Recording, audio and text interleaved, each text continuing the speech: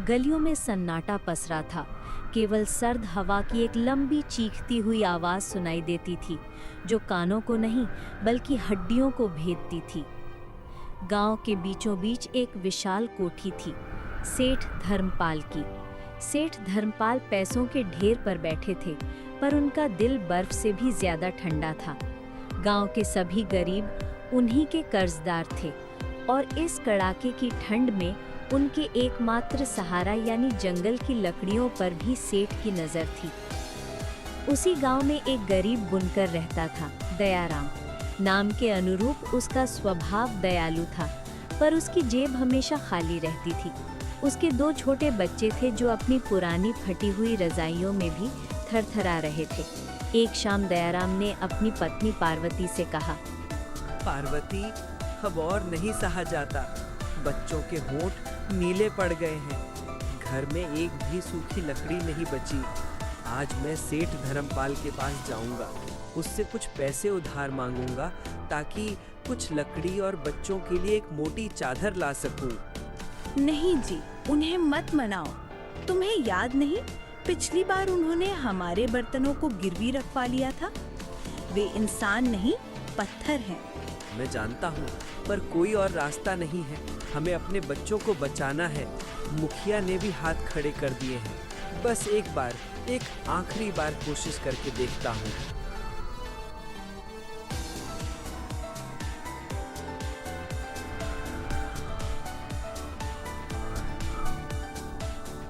भारी कदम और टूटी हुई उम्मीद के साथ दयाराम सेठ की हवेली पहुंचा। सेठ धर्मपाल अपने रेशमी गर्म कपड़ों में अलाव के सामने बैठे देशी घी में बने पकवान खा रहे थे।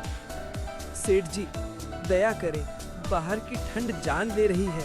मेरे बच्चे, वे कांप रहे हैं।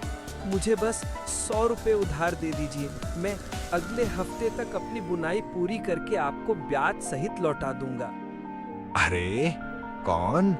दयाराम, तुम्हें 100 रुपए चाहिए? क्या ये मेरी लकड़ी की दुकान है जहां मुफ्त में आग सेकने का इंतजाम है? तुम जैसे अकर्मण्य लोग सिर्फ उधार मांगना जानते हैं। नहीं मालिक, मैं मेहनत करूंगा, ईमानदारी से चुकाऊंगा। बस मेरे बच्चे। चुप। अब अगर एक भी शब्द बोला तो तुम्हारी ये फटी धोती भी उतरवा लूंगा। कल से जंगल की सारी लकड़ी मेरी हो चुकी है। कोई भी अधिकार से एक टुकड़ा भी नहीं ले सकता। तुम्हारे पास पैसे नहीं हैं तो ठिठुरो, निकल जाओ यहाँ से और मेरी हवेली के आसपास भी मत दिखना। दयाराम की आंखों में आंसू और अपमान की जलन थी। उसका दिल हार मान चुका था। वो अंधेरी बर्फीली रात में खाली हाथ अपने घर की ओर चल पड़ा। अगली सुबह ठंड और भी जालिम हो गई थी। हर चीज जम चुकी थी। दयाराम ने देखा कि मुखिया के घर के बाहर लकड़ियों का एक विशाल ढेर लगा है। सेठ धर्मपाल के गुंडे उन्हें वहां जमा कर रहे थे। सेठ जी का हुक्म है, आज से एक एक लकड़ी 2 गुने दाम पर बिकेगी। जिसे चाहिए लाइन में लगे और पैसे लाए। दयाराम ने गहरी आह भरी। उसके पास एक पैसा भी नहीं था। वो निराश होकर जंगल की तरफ चला गया, ये सोचकर कि शायद टूटी फूटी टहनियां ही मिल जाएं। जंगल में उसे एक आश्चर्यजनक दृश्य दिखाई दिया। एक बुजुर्ग साधु जो एक पतली चादर ओढ़े हुए थे, गहरे ध्यान में बैठे थे। उनके पास लकड़ियों का एक छोटा सा ढेर था, जिसे उन्होंने खुद सूखी पत्तियों से ढक रखा था। इतनी ठंड में इन्हें तो मेरी मदद की ज्यादा जरूरत है। बाबा, आप इतने ठंडे में यहाँ क्या कर रहे हैं? और ये लकड़ियाँ, आप इतने से कैसे काम चलाएंगे? आओ वत्स, मुझे पता था कि तुम आओगे। ये लकड़ियाँ ये मेरी नहीं हैं। इन्हें मैंने उन मजबूत पेड़ों से लिया है जो सूख चुके थे। ये जीवन की नहीं, मृत्यु की लकड़ी है जो अब किसी और जीवन को बचाएगी।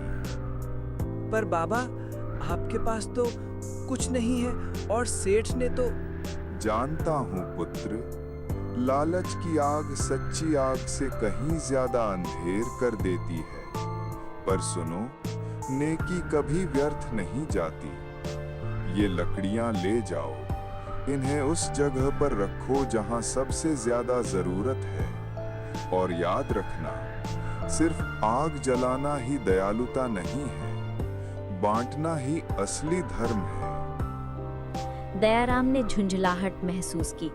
उसके बच्चों को जरूरत थी, पर साधु के शांत चेहरे में एक अजीब सी शक्ति थी। ठीक है बाबा, मैं सबसे ज्यादा जरूरतमंद को ही दूंगा, पर मैं खुद के लिए भी थोड़ा बचाऊंगा। नहीं वत्स, बांट दो। ईश्वर तुम्हें वो देगा जिसकी तुम्हें सबसे ज्यादा जरूरत है। दयाराम ने भारी मन से पूरा ढेर उठा लिया और गांव की तरफ चल दिया। गांव लौटकर दयाराम ने अपने घर की तरफ ना देखकर सीधे मुखिया के घर की तरफ गया। वहां गरीबों की लंबी कतार थी, जो सेठ के बढ़े हुए दामों से लड़खड़ा रही थी। रुको, कोई भी सेठ को एक पैसा नहीं देगा। सभी ने हैरानी से दयाराम को देखा। मेरे पास काफी लकड़ी है, ये मुफ्त है। जिसके घर में सबसे छोटी आग जलती है वह सबसे पहले ले जाए। उसने तुरंत वो लकड़ी का ढेर लाइन में खड़े सबसे गरीब लोगों में बांट दिया। उसके पास अपने लिए एक भी टुकड़ा नहीं बचा। उसकी पत्नी पार्वती ने यह सब दूर से देखा और चिंता में डूब गई। ये क्या किया तुमने? हमारे बच्चों का क्या होगा? तुम खुद तो ठिठुर रहे हो।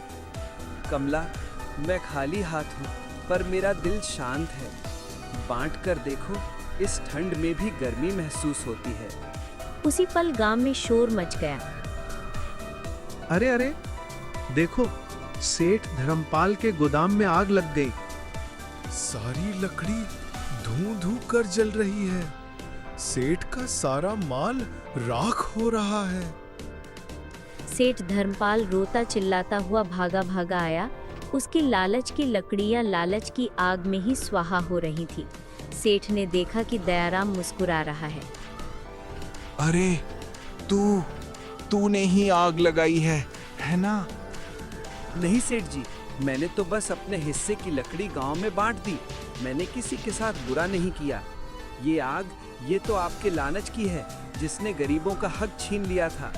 ऊपर वाला देख रहा है। सेठ धर्मपाल लज्जा से सिर झुका लिया।